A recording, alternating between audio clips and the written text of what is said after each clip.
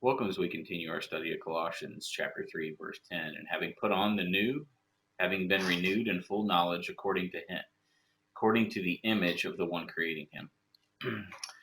So, having put on the new is what we're going to start with. And that is from enduo. And enduo is the prefix in, which is, it means in, and then duno, which means to sink into or to sink.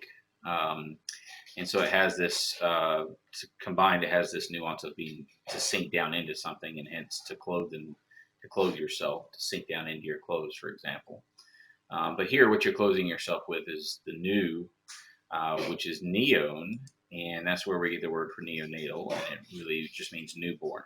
Um, so, sort of keeping in mind that we have bounced around a little bit between first and sanctification, first and second sanctification, and in verse 2, when it told us to mind the things above, which is really sort of focused on the first sanctification. Um, then it talks about, it sort of goes into a history of who we were and that being put to death, and putting that person to death, um, and then um, now going into who we are now, um, and so and that is a consequence of having been made new, right? So I know it sounds weird to say it's a consequence. It's a result of having been made new um, at salvation. So it's a result of the cross. So our next, having been renewed, is anakano, and that is ana, which is a prefix by itself. It usually means up or something like that. But then when it's used as a prefix, which is how it's actually most commonly used, it gives a nuance of repetition. So, and then the root is kainos, which means new. So it literally means new again or renewed.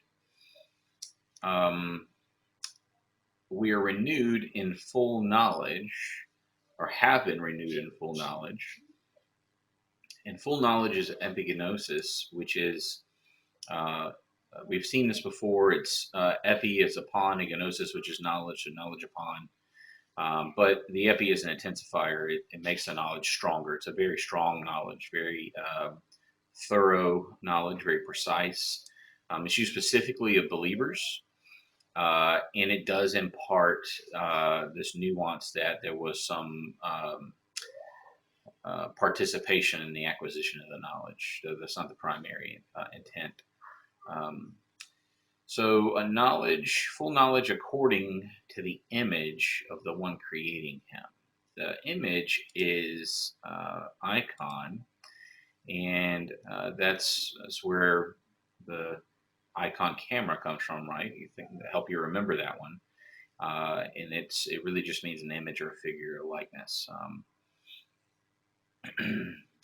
The one creating him is Kritzo, and so it does mean to create, and that's typically how it's used in the New Testament.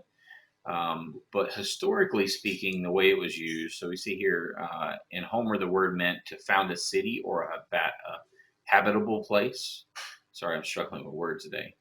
Um, and so if we look at the context of verse 11, it really is talking about more than just creating you. I think you could conclude it's really talking about the body of Christ, creating the entire body of Christ. And so I think that the application of its original intent actually works here as well. Not to say that it's not talking about you individually, it is as well. But I think it's probably talking about both actually.